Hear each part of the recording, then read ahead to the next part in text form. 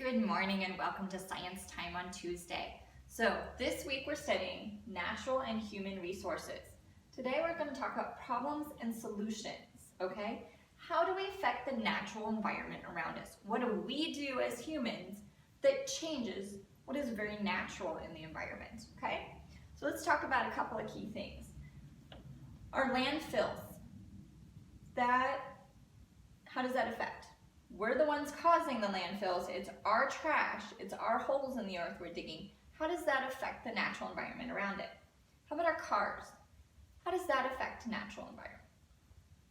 When we build where there used to be forests and fields, how is that affecting the natural environment around things? How about when we just leave trash, when we go for a hike in the woods or up on a mountain? What happens if we just leave trash at the coast? How is that affecting the environment around it? When we go to a pond, are we fishing? Are we overfishing? Are we just enjoying the time? Are we leaving stuff there? Are we destroying plants around the pond? Are we chasing the birds away? What are we doing as humans that are either a problem or a solution to the environment around us? So we're going to look at 3 different environments today. So we're going to go out and about. I got my jeans on, I'm ready to go. So we're going to see what does a human do that is either a problem or a solution to those particular environments, those habitats.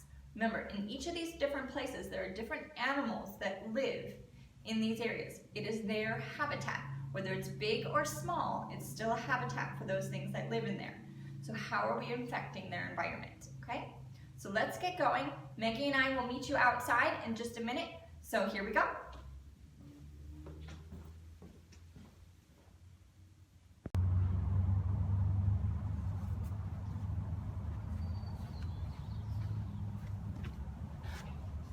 Welcome back. Can you guess where we are? That's right, we are in the class garden. So I am here in what's pretty much a natural environment. We have flowers and herbs and vegetables and all sorts of things that grow in this garden that are pretty natural, right? So how am I affecting this garden today? So in front of me I have a ruler and I have 2 pieces of corn. So I'm going to plant our corn, push it down into the ground, just like that. Now, did I affect this garden positively or negatively? Positively, because I'm adding to it. I'm giving it more. Now, if I were to just tear everything out, I would be affecting the natural environment because birds, bees, butterflies, even frogs from last year live in this garden. And so if I tore everything out, I would affect their habitat, wouldn't I? There's lots of things that live in a garden. So even though humans affect the garden, it's usually in a positive manner. That's what we try to do. That way, everything in here lives together and helps each other, from the worms to the bees to the butterflies and the birds that visit as well. And then at the end of the year, we get to eat from it, right? So it helps us in a positive way as well. It gives us food, tomatoes, peas, corn, carrots, all sorts of fun stuff. Right, Meg? Right. So we always want to affect our garden in a positive manner. Even though we pulled out all the dead leaves from our strawberry patch, it was helping it to grow, and we can now see if there's flowers or fruit starting to form. So we always want to make sure we affect our gardens in a positive manner, right? So today we're going to read, How Does Our Garden Grow? Okay? So let's go read this book real quick after we do a quick walk around our garden, because we want to know what's going on, right? So let's see what happens so far.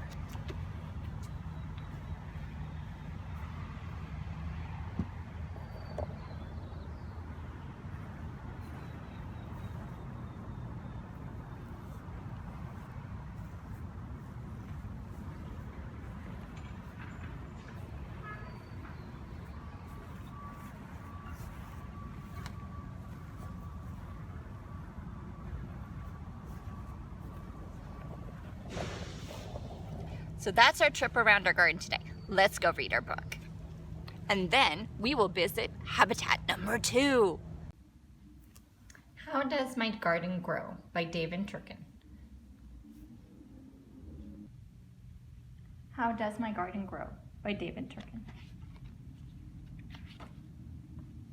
Soil helps my garden grow. The plants in my garden have roots that grow in the soil. Plants need soil to grow. Water helps my garden grow.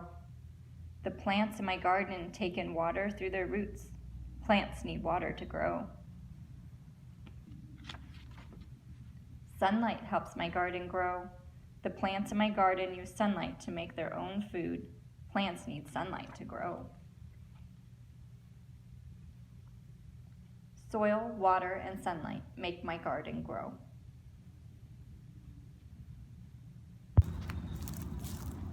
Hi everybody, and welcome back to habitat number 2. So this is a field, kind of like a prairie, but it's in town. So this is a field across from our school. So you can see there's trees in the back. So how do people affect this habitat?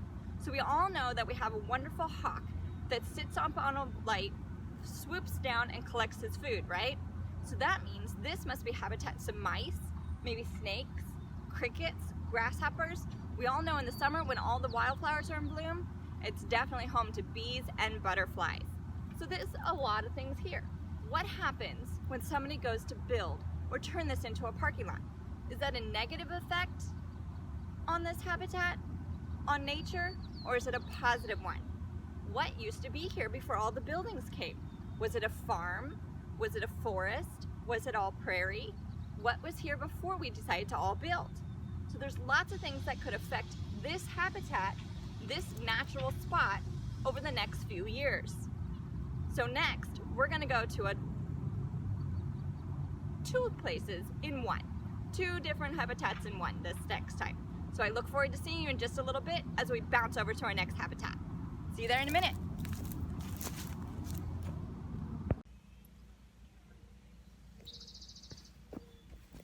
All right guys, welcome to the pond habitat. There's a lot of really cool things down here we're gonna find. There's salamanders and ducks and birds, and it's just beautiful. It used to be all filled with water, all over there. But since humans went ahead and took away the dam that was created by animals and debris, sticks and things that were floating down and collected all in one spot, all of it is now open where you can actually walk over there because it's drier. With that effect, from no longer having this flooded, we're seeing less ducks, more salamanders, and a lot of the other animals we used to see here aren't here anymore. So there's some changes that happened to the nature area here because of what humans did to it. So we'll do some video, let you see around, and see what we can see here, okay? This will be exciting. We have 2 salamanders in our pond habitat. Looks like they got each other. Wonder what they're up to. All right, now over here, we're gonna see if we can find any ducks. Yep, there's some ducks in our pond habitat. This is pretty cool. We lost a lot of our animals, but some are kind of coming back since the water went down, right? I don't see any fish. But you don't want them to slip out of your hand, right? No fish yet.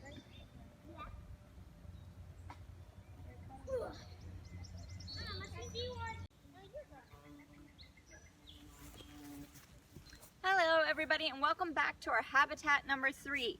So now we're looking at the forest, the woods and the trees, right? How can we do things that are positive, and how can we do things that are not so great to a forest? When we go for a hike, are we leaving trash? That's not such a great effect for nature, is it? Cutting down trees, not the greatest thing for nature. What can we do to help? Maybe we plant more trees.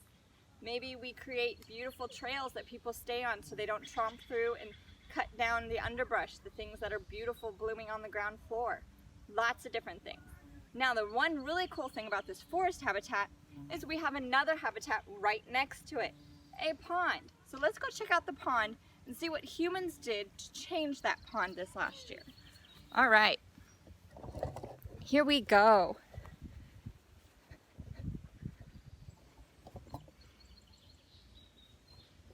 So here is the pond, or at least what's left of it. So humans this year knocked out a dam that was created by things that floated down or by animals that created this place to flood in waters. So just like the field across from us Humans did something to change it. Now, we used to have ducks all the time. I only see 2 ducks out there this time. Nobody really swimming around. So the question is, will it fill back up or will it stay this low? This whole area used to be covered by water. But when we knocked out the dam, all the water went away except for this little bit. So, as you're reviewing your science lessons today, go back to your question at the beginning of the video, write it down on your mud pies part of your science journal, and I will see you all tomorrow. Have a wonderful, great day, class. Bye-bye.